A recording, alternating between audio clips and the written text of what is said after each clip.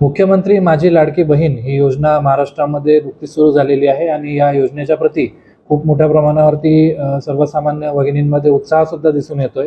यामध्ये अनेक महत्त्वाचे बदल हे काल दिनांक 3 जुलै रोजी जो नवीन जी आर आला त्यामध्ये झालेले आहेत। सर्वात महत्त्वाचा बदल म्हणजे या योजनेचे जे लाभार्थी आहेत त्यामध्ये आता वयवर्ष 21 ते 65 या वयोगटामधील सर्व विवाहित महिला, विधवा महिला, घटस्फोटित, परित्यक्ता किंवा निराधार महिला आहे यातील।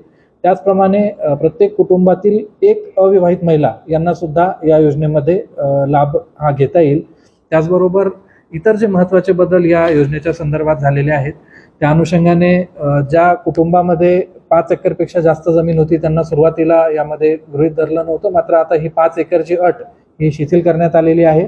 त्याचबरोबर बाह्य यंत्रणा किंवा स्वयंसेवी कामगार, कंत्राटी कर्मचारी यांच्यापैकी सुद्धा 2.5 लाखापेक्षा कमी उत्पन्न असणारे जे कुटुंब आहेत त्यामधल्या महिला यामध्ये पात्र ठरतील।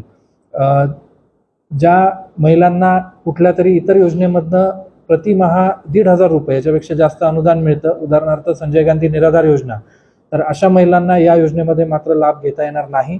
त्यामुळे ज्यांना संजय गांधी निराधार योजना किंवा इतर एखाद्या योजनेमध्ये 1,500 प्रति महिन्यापेक्षा जास्त लाभ मिळत असेल त्यांनी या योजनेचा फॉर्म हा भरू नये असं मी या ठिकाणी आपल्याला सांगू इच्छितो।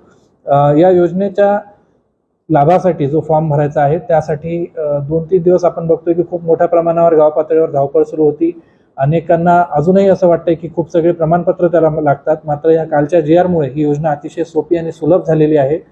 उत्पन्नाचा जो दाखला यासाठी लागणार होता तर आता त्याला एक खूप चांगला पर्याय आलेला आहे की आपल्याकडे जर पिवळं किंवा केशरी रेशन कार्ड असेल तर उत्पन्नाचा दाखला याला लावण्याची आवश्यकता नाही। त्यामुळे आपण जर आपल्याकडे पिवळं किंवा केशरी रेशन कार्ड असेल तर उत्पन्नाचा दाखला काढण्याचा बिलकुलच त्यामध्ये गरज आता राहिलेली नाही।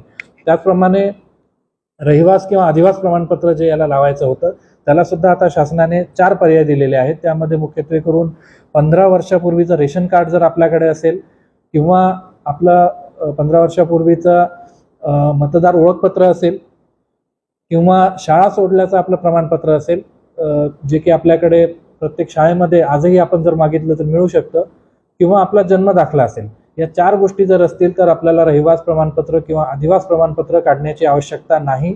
त्यामुळे माझा असा अंदाज आहे की जवळपास आपल्या जिल्ह्यातील 70 ते 75% महिलांना हे दोन्ही प्रमाणपत्र काढण्याची गरज नाही। आपलं रेशन कार्ड आणि त्याबरोबरीनच 15 वर्षाचा आपला पुरावा म्हणजे जुनं रेशन कार्ड असेल, जुनं ओळखपत्र असेल मतदानाचं, किंवा शाळा सोडल्याचा दाखला असेल किंवा जन्म दाखला असेल, हे दाखवून आपण आपला अधिवास पटवून देऊ शकतो।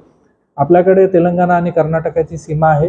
अनेक महिला त्या ठिकाणी त्यांचा जन्म होतो आणि त्या महाराष्ट्रामध्ये लग्न करून येतात, तर त्यांच्यासाठी त्यांच्या पतीचे पुरावे 15 वर्षाचा अधिवास असण्याचे, हे जन्म दाखला, शाळा सोडल्याचं प्रमाणपत्र किंवा त्यांचं मग अधिवास प्रमाणपत्र अशा प्रकारचं घेऊन त्यांना सुद्धा यामध्ये लाभ घेता येईल। एकंदरीत ही योजना आता खूप सोपी झालेली आहे। प्रमाणपत्रांसाठी धावपळ करण्याची अजिबात आवश्यकता नाही। आणि खूप महत्त्वाचा यामध्ये बदल असा झालेला आहे की सुरुवातीला जो योजनेचा अर्ज भरण्याचा कालावधी 1 ते 15 जुलै होता तो 1 जुलै ते 31 ऑगस्ट झालेला आहे। त्यामुळे आता 2 महिने आपल्याला याच्यामध्ये अर्ज भरण्यासाठी आहे। आपण जिल्हा परिषदेच्या आणि जिल्हा प्रशासनाच्या माध्यमातून प्रत्येक गावामध्ये कॅम्प्स लावणार आहोत। येत्या सोमवारपासून हे कॅम्प सुरू होतील आणि त्या ठिकाणाहून आपला अर्ज भरण्यात येईल।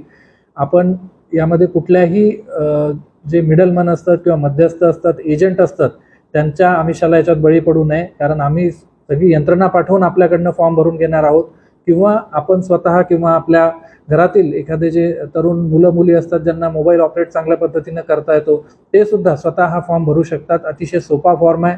याच्यामध्ये फक्त फोटो काढून आपलं KYC करायचं असतं आणि इतर माहिती भरायची असते। तर त्या अनुषंगाने आपण कोणालाही पैसे देण्याची अतिरिक्त गरज नाही। आमचा जेव्हा कॅम्प लागेल त्या दिवशी आपण हा फॉर्म भरू शकतात किंवा एखाद्याची मदत घेऊन किंवा स्वतः आपल्या अँड्रॉइड मोबाईलमध्ये आपण हा फॉर्म भरू शकतो।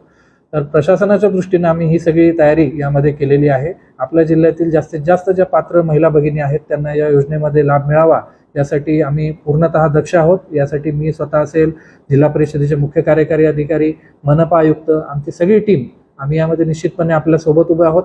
मात्र कुठल्याही प्रकारची धावपळ न करता किंवा कुठल्याही प्रकारची घाई गडबड न करता, कुठल्याही आमिषाला बळी न पडता आपण आमची साथ द्या आणि हा अर्ज भरून आपण या योजनेचे लाभार्थी व्हा। धन्यवाद।